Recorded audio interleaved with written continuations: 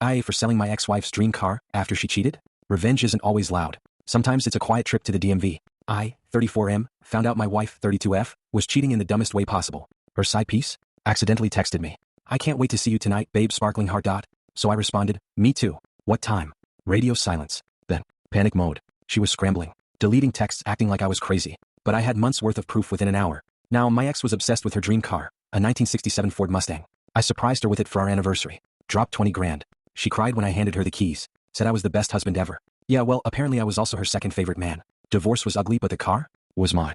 Title in my name. So I sold it. Got a great price too, top market value. And with that cash, I finally bought myself something I had always wanted, a brand new motorcycle. The one she always scoffed at, called impractical, and said was a waste of money. Funny how that works. She found out through Facebook Marketplace. Someone was selling the stripped down parts. Her reaction? Explosive. You're a monster, she screamed.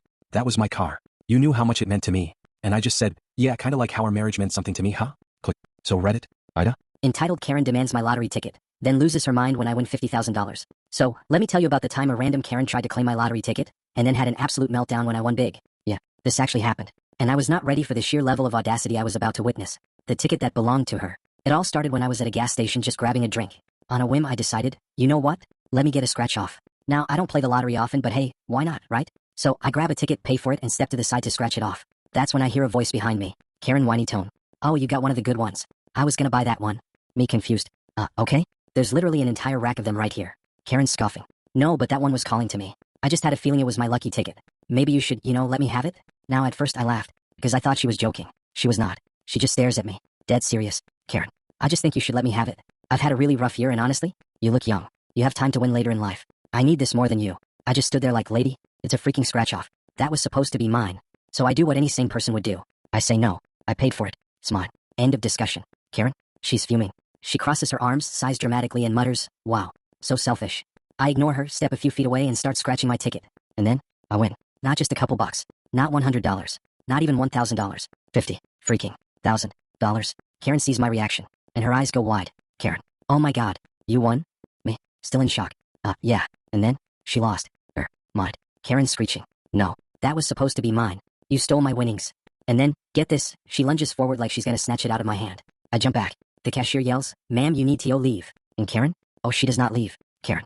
He stole my money. I was about to buy that ticket. Lady. What? Actual. F***. At this point, the whole store is staring. People are laughing. The cashier is already calling security. And Karen is demanding I split the winnings with her. Karen. IT was meant for me. You can't just take it all. Me. I just stared at her and said, lady, I don't even know you. Cry harder, Karen. Security finally arrives, and they escort her out while she's still yelling about how I'm a selfish asshole who's stealing from the needy. I cashed in my winnings the next day. Karen? She walked away with nothing but entitlement and rage. For telling my best friend I'm not her free photographer anymore. I, 26F, am a professional photographer. It's my career, my livelihood. But my best friend, Samantha, 27F, seems to think it's just a fun little hobby she can exploit. For the past 3 years, I've taken all of her photos for free. Engagement photos, free. Holiday shoots, free. Her dog's Instagram pictures, free. At first I didn't mind. He was my best friend, and I loved helping her out. But then things got ridiculous. Last month, she asked me to do her entire wedding. For free. I told her I couldn't do that. Wedding photography is a full-time job. It takes months of editing, hours of shooting, and thousands of dollars worth of equipment. She said, but you love taking pictures. And it's not like it costs you anything. I laughed, thinking she was joking. She wasn't. I told her I'd give her a discount, but I couldn't shoot a whole wedding for free. She said, if you were really my friend, you'd do this for me. I snapped. I told her, I am your friend. But I'm also a professional and I'm done working for free. Now she's furious. She's telling everyone I'm a sellout and that I've changed. Am I the asshole for finally saying no?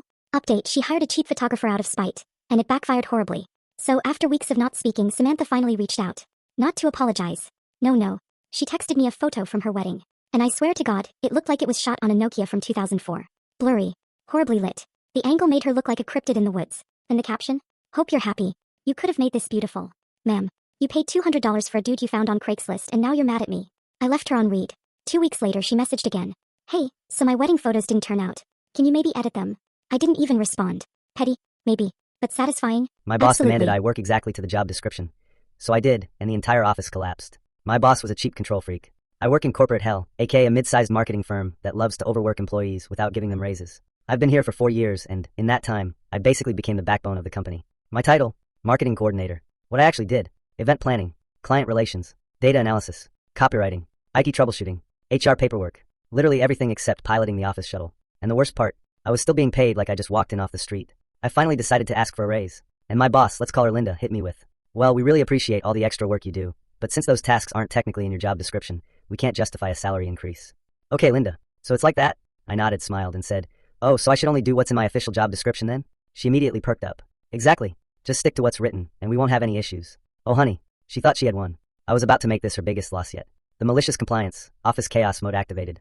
The next morning, I walked in with a brand new attitude. No more free labor. No more fixing other people's mistakes. No more going above and beyond. And it hit the office like a nuclear bomb. The marketing presentation for a major client didn't happen because I was the one who normally set up the slides and prepped the files. The monthly reports never got sent because analyzing the data, not in my job description. The team's software crashed and needed troubleshooting, not my problem anymore. Office supplies ran out because I was the one who secretly stocked them every week. By the third day, people were losing their minds. Linda stormed into my office, red-faced and furious. "Why isn't any of this getting done?" I tilted my head innocently and said, "Oh, I'm just sticking to my official job description. Like you asked." She looked like she swallowed a lemon. "Well, someone has to do it." "Yes, someone, but not me." That's when I saw the panic in her eyes. She had no idea how much of the office's day-to-day survival depended entirely on me. The fallout, the office crumbled in a week. By the end of the week, corporate had to call in an emergency meeting. Clients were pissed. Deadlines were missed. The entire system was falling apart. Linda, she had to stay late every night fixing the mess. I was chilling at my desk, watching the world burn.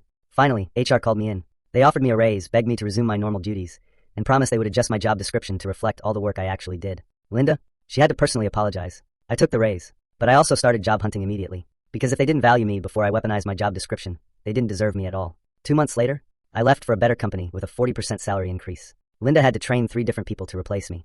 Mess with my baby sister and find out. Let me tell you something. If there's one person on this planet I'd burn the world down for, it's my baby sister, Amy, 18F. Amy is the strongest person I know. A few years ago, she was in a horrific car crash that stole her vision, but it never stole her spirit. We got her a service dog named Rex, a golden retriever with a heart of gold and the discipline of a Navy SEAL. That dog would walk through hell for Amy, and after what happened, I wish she had. The day some walking trash bag messed with the wrong girl. Amy was at a cafe one afternoon, minding her own business. Rex was by her side as always, lying quietly, bothering in one. Then, out of nowhere, some self-important waste of oxygen stormed over to her table and demanded she leave. Why? Because his precious boo-boo bear girlfriend was scared of dogs. Amy, being the literal saint that she is, calmly explained that Rex was her service dog, that he wouldn't even come near them, that he was just doing his job. But this dude, he wasn't having it. He lost his sh*t, yelling, cursing, acting like he owned the damn cafe. And instead of handling the situation like functional adults, the spineless cafe staff decided the easiest thing to do was kick my disabled sister out. She came home soaking wet because, oh yeah, it was pouring rain outside. She sat on the couch trying to laugh it off, but I could see the hurt behind her smile. The humiliation, the unfairness of it all. And it made my blood boil. I wanted revenge. But what could I do? For a while, nothing. Then fate handed me a loaded gun. Karma came knocking, and it brought backup. Weeks later, Amy and I went to the mall for a sister's day out. We found a nice spot to sit and relax, and that's when Amy froze. Someone was talking on the phone behind us. Her grip tightened on my hand. "It's him," she whispered. I didn't need to ask who. The same entitled jackass who humiliated her that day. The same human garbage pile who got her thrown out of the cafe. And oh, it gets better. While he was still on the phone, a young girl, barely a teenager, ran up to him and kissed him. I looked closer. The girl was maybe 14. This grown-ass man looked at least 20. Disgusting. Revolting. And then I realized I was about to serve up revenge on a silver platter, extra spicy. The call that sent him straight to hell. I took out my phone and dialed 911, but I couldn't just blurt it out. This creep was still right behind us. So I kept it coded. "Hi, yeah, I just wanted to report a situation. I think we have a Drake problem." The dispatcher got it immediately. "Understood. Officers on the way." I sat there pretending to scroll through my phone, calm as a damn ice cube while my soul was on fire. And then, perfect timing. 2 cops rolled up just as this oxygen thief was making out with the underage girl. They walked right up to them, and before this walking red flag could even react, boom. Handcuffed. Done. And the best part? This dumbass actually tried to resist arrest. Bad move, buddy. The cops did not go easy on him. They took him down. I'm talking face first into the mall floor, knee in the back, full force, officer screaming dash, stop resisting kind of takedown. And his boo-boo bear? Yeah, she got to tag along for questioning. Final thoughts. The world is a little less trashy now. Amy and I watched the whole thing unfold like a live episode of Instant Karma, Deluxe Edition. By the time the dust settled, she squeezed my hand and smiled. "I love you," she whispered. And that made everything worth it. Mess with my sister, and you'll learn the hard way. Karma doesn't miss. And neither do I. Am I the asshole for telling my sister her wedding was a dumpster fire? Some people dream of perfect weddings. My sister just set hers on fire. I, 29M, have a sister, 31F, who is obsessed with being the center of attention. So when she got married last month, she went full bridezilla. She banned +1s even for married couples. Demanded cash gifts only. Made her bridesmaids pay $1,500 for dresses that looked like trash bags. And the worst part? She scheduled the wedding on my wife's due date. I told her we couldn't come if my wife went into labor. She said, "That's your problem." So when the big day came and my wife was literally in the hospital, I texted my sister, "Sorry, we can't make it. Baby's on the way." Her response? Unhinged. She blew up my phone calling me selfish. Told me I was ruining her moment. The next day, she posted a long rant on Facebook about how family should always come first. So I commented, "Funny. I thought that applied to newborns too." Now she's furious and saying I humiliated her publicly. AITA? Because honestly, I think she embarrassed herself just fine. You for refusing to invite my sister to my wedding after she slept with my fiancé? I, 27F. I'm getting married in 2 months and everything should be perfect. Except for one tiny detail. My sister Emily, 29F, slept with my fiancé last year. And now my family is furious that I won't invite her to the wedding. Let me backtrack. Emily has always been the golden child. Growing up, she was the pretty one, the smart one, the one my parents practically worshipped. Meanwhile, I was just there. Things started to change when I met my fiancé, Ryan, 30M. For the first time, something in my life was mine. He adored me, supported me, and made me feel special. And Emily, he hated that. She flirted with him all the time, made comments about how cute he was, and even joked about how we wouldn't last. I told Ryan it made me uncomfortable, and he always reassured me that he only had eyes for me. Until last year. I don't know how long it went on, and honestly I don't care. All I know is that Emily confessed everything during a drunken breakdown, saying she didn't mean to, and that it just happened. Ryan begged me to forgive him, claimed he was drunk, stupid, and that it was the biggest mistake of his life. I should have left him. But I didn't. We did therapy, we rebuilt trust, and I made peace with it. But Emily, I never spoke to her again. Now, as my wedding approaches, my mom keeps pressuring me to be the bigger person and invite Emily. She's your sister. You'll regret not having her there. I told her I wouldn't regret a damn thing. And now my family is calling me selfish, saying I'm being petty and that I should move on since I forgave Ryan. So, AA for refusing to invite my backstabbing sister to my wedding? Update, my sister showed up anyway, and she dropped a bomb that blew up my wedding. Well folks, you called it. Emily wasn't going to go down without a fight. Despite being uninvited, despite knowing damn well she was the reason my life nearly fell apart, she showed up anyway. Faith white dress. I didn't even notice at first. My bridesmaid came running up to me before the ceremony, whisper screaming, "Your sister's here. And she looks like she's about to pull some Cinderella's evil twin type shit." I turned around and there she was, sitting front row, smiling like she just won the lottery. And standing at the altar, Ryan, looking pale as hell. I didn't get it at first. I thought he was just mad she came. But something was off. His hands were shaking. His jaw was clenched. That's when Emily stood up. "I have something to say before you start." And just like that, my stomach hit the floor. The guests gasped as she walked right up the aisle, right between my dad and my mom, who were both too stunned to stop her. Then she turned to me. "I'm pregnant." A few people actually screamed. Someone dropped their champagne flute. I felt lightheaded. I was already shaking my head before I even asked the question. "Emily, whose baby is it?" I should have known from the way she smiled. From the way Ryan was already looking at the ground. She placed a hand on her stomach and said, "Ryan's." Everything went black. The moment my wedding imploded. You know that feeling of slow motion? When your brain refuses to process something too insane to be real. Yeah, that was me. I just stood there staring at my own fiancé, waiting for him to deny it. Laugh it off. Say she was lying. But he didn't. He just kept looking at the ground, silent. That's when my mom lost it. "What the hell, Emily?" "And my dad?" My dad turned to Ryan and growled, "Tell me she's lying." Ryan finally lifted his head. His face was ghost white. And then he said, I was going to tell you after the wedding." After the wedding. I lunged at him. My bridesmaids had to hold me back. "After the wedding? You were just gonna lock me into a legal marriage and then be like, 'Oh, BW, I got your sister pregnant?'" He had no response. Emily meanwhile stood there smirking, like she had just won. That's when my maid of honor did the Lord's work. She grabbed a full glass of red wine off a nearby table and threw it right at Emily's stupid white dress. The room erupted. People were yelling, my mother was crying, my dad looked like he was 1 second away from swinging on Ryan, and Emily? Emily was screaming about how we ruined her dress. Her dress. That's when I decided to wrap this shit up myself. My exit was cinematic as hell. I turned back to Ryan. Looked him dead in his pathetic, cheating, sorry-ass face. Then I grabbed the wedding cake knife. People gasped. I swear someone thought I was about to commit an actual felony. But I didn't. I just walked up to the cake, sliced a huge piece, and took a big-ass bite. Then I picked up the rest of the cake slice and threw it at Ryan's face. Full force. Frosting up his nose. Then I turned to the guests and smiled. "Well, looks like there won't be a wedding after all. Enjoy the open bar." And then I grabbed a bottle of champagne, walked out, and never looked back. Final update. Where are they now? Ryan and Emily are together. Yes, I wish I was making this up. They are now a couple. Or whatever the hell you call two people who built a relationship on betrayal and stupidity. He had the baby. I heard through the grapevine that she gave birth. No, I did not reach out. No, I do not care. My family is split. My mom refuses to talk to Emily. My dad is low-key disowning her. But some family members are telling me I should forgive and move on because family is forever. Oh, spoiler alert. No, it's not. Ryan tried to reach out. Sent me an "I miss you" text 3 months after the wedding that never was. I left him on read. Me. I moved out of town, started therapy, and am thriving with a dog that loves me more than any man ever has.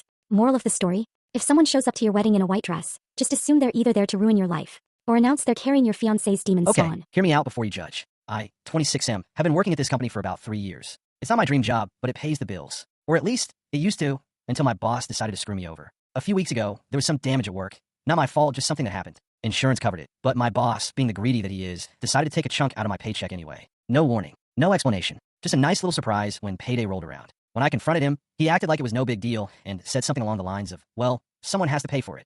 Yeah, except that someone wasn't him, the company, or the insurance. It was me. So I thought, fine, you want to play dirty? Let's play dirty. The revenge. I wasn't about to just sit there and take it, so I decided to even the score in a way that would hit them where it hurts, their precious equipment and profits. One truck engine issues. We had a very expensive company truck that we used for deliveries. So one night, when nobody was watching, I dropped a handful of nuts and bolts into the engine. It didn't kill it right away, but slowly, over the next few weeks, that thing tore itself apart from the inside. When it finally died, they had to replace the whole damn engine, tens of thousands in damage. 2. Diesel disaster. One of my responsibilities was handling fuel deliveries for gas stations. So, on one particularly busy day, I intentionally dumped diesel fuel into a regular gas tank at one of our major client stations. I waited an hour before reporting it, knowing full well that by then, multiple customers would have already filled up their cars with the wrong fuel. When I finally noticed the mistake and reported it, it was too late. Customers' engines were shot, thousands of dollars in damages, and the gas station owner was absolutely losing it. The company had to cover everything. 3. Delivery nightmares. I started making accidental mistakes in deliveries, sending the wrong inventory to the wrong locations, delaying high-priority shipments, and ensuring major clients were pissed off. They even lost a few accounts because of it. And the best part? They couldn't fire me right away because I always covered my tracks just enough. Like the fuel mix-up? I reported it before it could be pinned on me. The truck? Just a mysterious mechanical failure. The deliveries? Honest mistakes happen, right? The fallout. Eventually, my boss figured out something was off, but by then, the damage was done. I quit before they could fire me, and the company was left dealing with massive financial losses. I've since moved on to a better job, but I won't lie. Watching them scramble to fix everything after screwing me over? Absolutely priceless. So, AITA for making them pay for what they did to me? Or was this just karmic justice at its You for giving my ex's new girlfriend a heads up that he's a lying cheater? Update. She ignored me, and now she's pregnant with his baby. Oh boy, this one's a ride. So my ex Ethan 33M is a serial cheater. Lies, manipulates, gaslights for sport. When I found out he had a new girlfriend, Sarah 25F, I decided to do the decent thing and warn her. I messaged her. Hey, I just wanted to give you a heads up that Ethan has a pattern of cheating. No pressure, just wanted you to know before you get in too deep. She responded with, you're just bitter. Stay out of our business. Basis. Fast forward 6 months. She messaged me. I should have listened to you. Turns out Ethan had been cheating on her the entire time. And the best part? She's pregnant. She was begging me for advice. I said, oh, no worries. You'll figure it out. You said it wasn't my business, remember? Best of luck. Left her on read. So, Reddit, AITA for not giving a damn? AIA for exposing my roommate's secret TikTok account where she trashes me? I, 22F, live with my roommate Jade, 23F. We were friends in college, so when we moved in together I thought it'd be great. It was not. Jade is passive-aggressive as hell. Instead of just talking to me when something bothers her, she does this thing where she sighs dramatically or slams cabinets, so I'll get the hint. But this was next level. A friend of mine sent me a TikTok account she found randomly. It was Jade's. And every single video was about me. POV. Your roommate is an actual goblin and doesn't know what a dish rack is. Living with an emotionally unavailable B*****. A documentary. My roommate spent $50 on sushi but can't afford her share of toilet paper. She even posted videos of my room without my permission, and zoomed in on my laundry with captions like, is this what depression looks like? I was humiliated. So I commented on one of her posts. Damn, I wonder if your roommate knows you make content about her. And then, I screenshotted everything and sent it to our friends. Jade freaked out. She accused me of ruining her brand, and said I should have just talked to her instead of embarrassing her publicly. Now some of our mutuals think I took it too far. AITA for exposing her? Update, she's homeless now, and I'm not sorry. Okay, so I thought Jade couldn't get worse. I was wrong. After I exposed her, she refused to apologize. Instead, she doubled down saying I was just too sensitive, and that I should be grateful because her TikToks were helping her career. So I told her she had 30 days to move out. She laughed and said I couldn't evict her over some jokes. Guess what? He was wrong. Because our lease was in my name. And you know what's a fun little detail she didn't know? She never actually signed the sublease agreement. So legally, she wasn't even supposed to be living there. I gave her 1 week to get out. She tried to beg. He even cried. Did I feel bad? No. She's now couch surfing, still trying to be a TikTok influencer. Me. I'm enjoying my peace and quiet. And I'm never having a roommate again. I, 30M, am a delivery driver, and I bust my ass every single day. I don't slack off, I don't waste time, I don't drag my feet. I get my route done fast and efficiently. Why? Because I get a set amount of stops per day, and once I finish, I can go home early instead of wasting 12 to 14 hours on the road. I've been outperforming everyone else. I knock my load out in about 10 hours max while the other guys, they take the full 12 to 14. The company makes more money because I'm getting my job done fast, and I get to go home at a reasonable time. Win-win, right? Apparently not. The problem. A couple of weeks ago, my boss calls me into his office and hits me with a team player speech. We need you to slow down and help out more. If you're getting done early, you should be taking extra deliveries. Wait, what? I asked him if I'd be getting paid more for doing extra work. He laughed and said, that's not how it works. So let me get this straight. I work faster and more efficiently than everyone else. I save the company money. I should do extra work for free because the other drivers take too long? Yeah, fuck that. I decided if they wanted to work like everyone else, then I'll work like everyone else. To slow down. The next day, I started pacing myself. I did everything exactly as my coworkers did. Took longer breaks, didn't rush between stops, and dragged my feet just enough to match the others. I wasn't slacking. I was just working at their speed. It didn't take long for dispatch to freak out. Hey, what's going on? You're usually done by now. I told them. I'm being a team player. I figured I'd slow down and work like everyone else since my hard work wasn't being appreciated. Cue panic mode. The fallout. By the end of the week, I got called into the office again. My boss was pissed. Your performance has dropped significantly. What's going on? I laid it all out for him. I was outperforming everyone, getting the job done faster, saving the company money. Instead of rewarding me, you told me to do more work for free. So, I'm just working at the company standard now. If that's a problem, maybe it's time to reevaluate how you treat your hardest working employees. He didn't like that. I got written up for performance issues. Excuse me? You mean to tell me that when I was overachieving, it was fine, but when I did the exact same thing as my coworkers, suddenly I'm underperforming? Oh, hell no. The revenge. Since I was already on the chopping block, I decided to make my exit as painful for them as possible. 1. Accidentally misplacing equipment. You need this expensive scanner to process deliveries? Oops, it must have been left on the wrong truck. My bad. 2. Mileage padding. If they're gonna waste my time, I'll make sure I take the scenic route. I started accidentally hitting extra miles, racking up fuel costs. 3. Calling out last minute. They relied on me heavily. So, a couple of sick days right before major delivery deadlines? Yeah, that happened. For training the new guy, poorly, they brought in a rookie to help with my load. Guess who trained him just enough to barely function? That guy was losing packages, making wrong stops, and causing massive delays. The company went into damage control mode, but the best part? They couldn't fire me yet because they were already struggling to keep up. So I waited for my moment.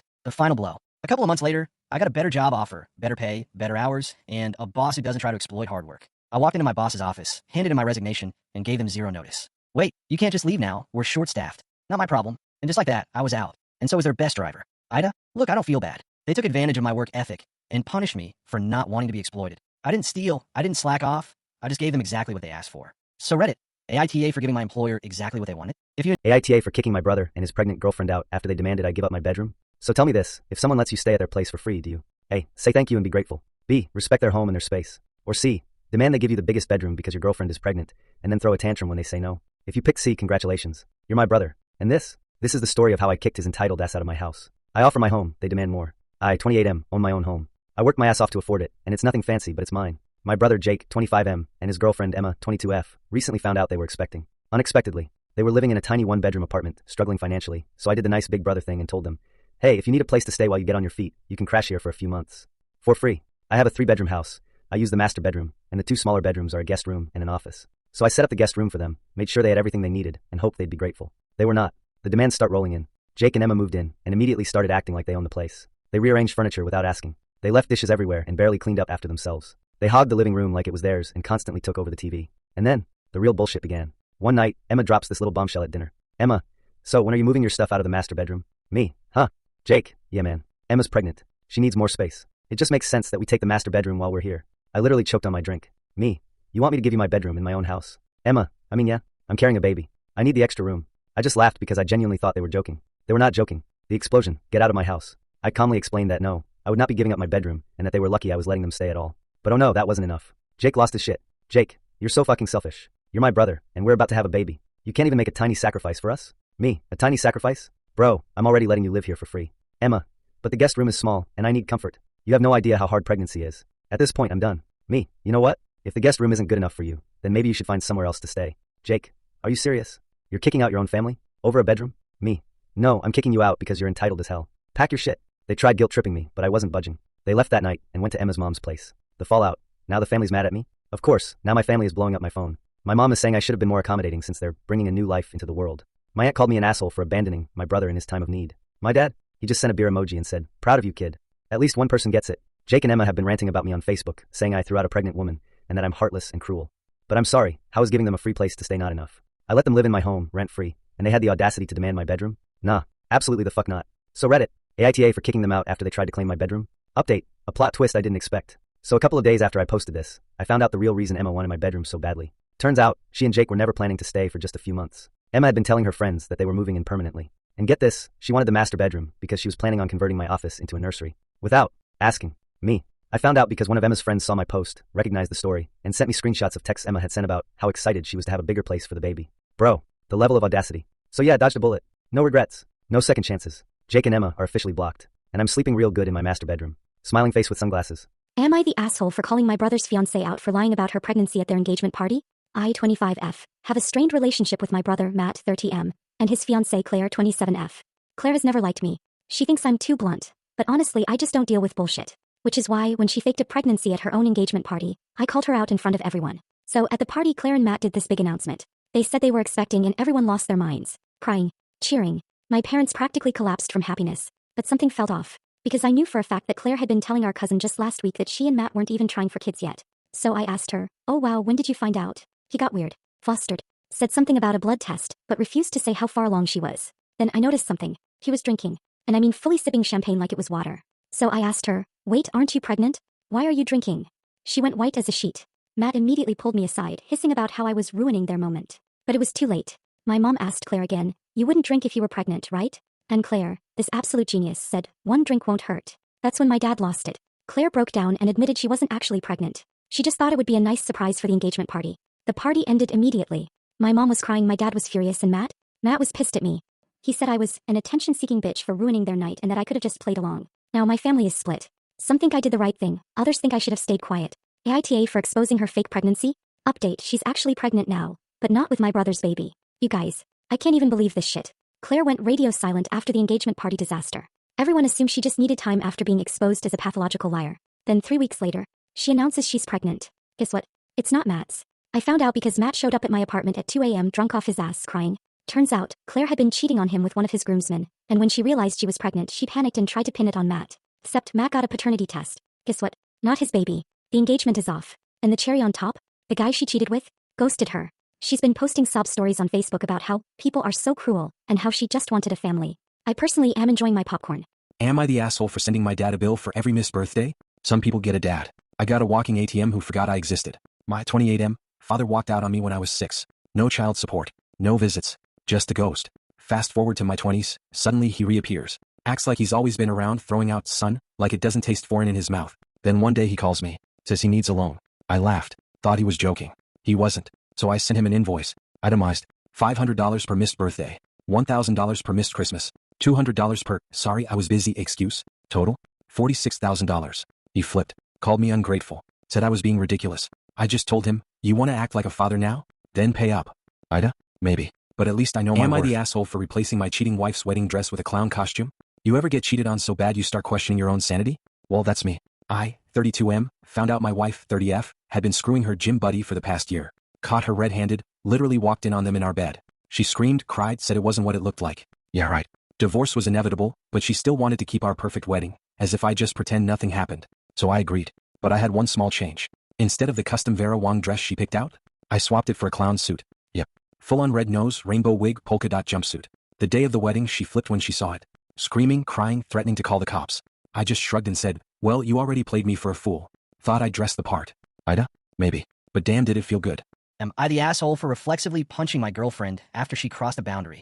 I never thought I'd be in this situation. But here we are. I, 20M, have been with my girlfriend, 24F, for about 8 months now. She's incredible, funny, supportive, a total nerd like me. We binge Dark Souls together. She gets my dumb jokes, and she's always encouraging me to try new things. She's kind of weird, but in a cool, quirky way. But here's where things got complicated. She's really open-minded. Like really open-minded. She likes to experiment with everything. Food, hobbies, clothes, and especially bedroom stuff. I usually go along with her ideas because, hey, why not?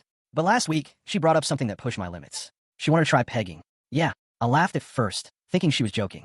She wasn't. She even showed me videos, articles, she did her research. She was really into the idea, but I just wasn't comfortable with it. I tried to let her down easy. Didn't want to upset her. Every time she brought it up, I'd awkwardly laugh it off, hoping she'd drop it. But she wouldn't. She pouted, guilt-tripped me a little, and I could tell she was disappointed. But I stood my ground. It just wasn't for me. Fast forward to a few nights ago. We were getting into it, everything was going great, things were heating up, and then it happened. She went for it. I felt her hand go somewhere it wasn't invited. Instinct took over. Before I even knew what was happening, my fist reacted before my brain did. I socked her in the side. Not full force, but enough that she gasped and immediately backed off. I sat up in shock. She sat there, stunned. Then she just got up, grabbed her stuff, and walked out. Didn't say a word. That was 3 days ago. She hasn't spoken to me since. I feel like absolute garbage. I didn't mean to hit her. It was pure reflex. But at the same time, I feel violated. I told her no. I made it clear I wasn't comfortable, and she ignored my boundaries. I want to fix this. I really care about her. But how do I even start that conversation? How do I get her to talk to me? Update. So after posting this, I decided to text her. Nothing fancy, just a simple, hey, can we talk? I miss you. She took a while to respond. When she did, it was short. I don't know if I'm ready. I didn't push. Just told her that I understood and that when she was ready, I'd be there to listen. The next day, she finally agreed to meet up. We went to a quiet coffee shop, and honestly, it was awkward as hell at first. She told me she felt hurt and embarrassed, that she never expected me to react that way, and that it scared her. I told her the truth. I didn't mean to hurt her, but I also felt violated and disrespected. That no means no, no matter who says it. We sat in silence for a while, both of us just processing everything. Then she sighed and said, I get it. I messed up. That was all I needed to hear. We're not magically back to normal, but we're talking again. Taking it slow. She promised she'd respect my boundaries from now on, and I promised I'd work on my reflexes. Guess that's the best I could hope for.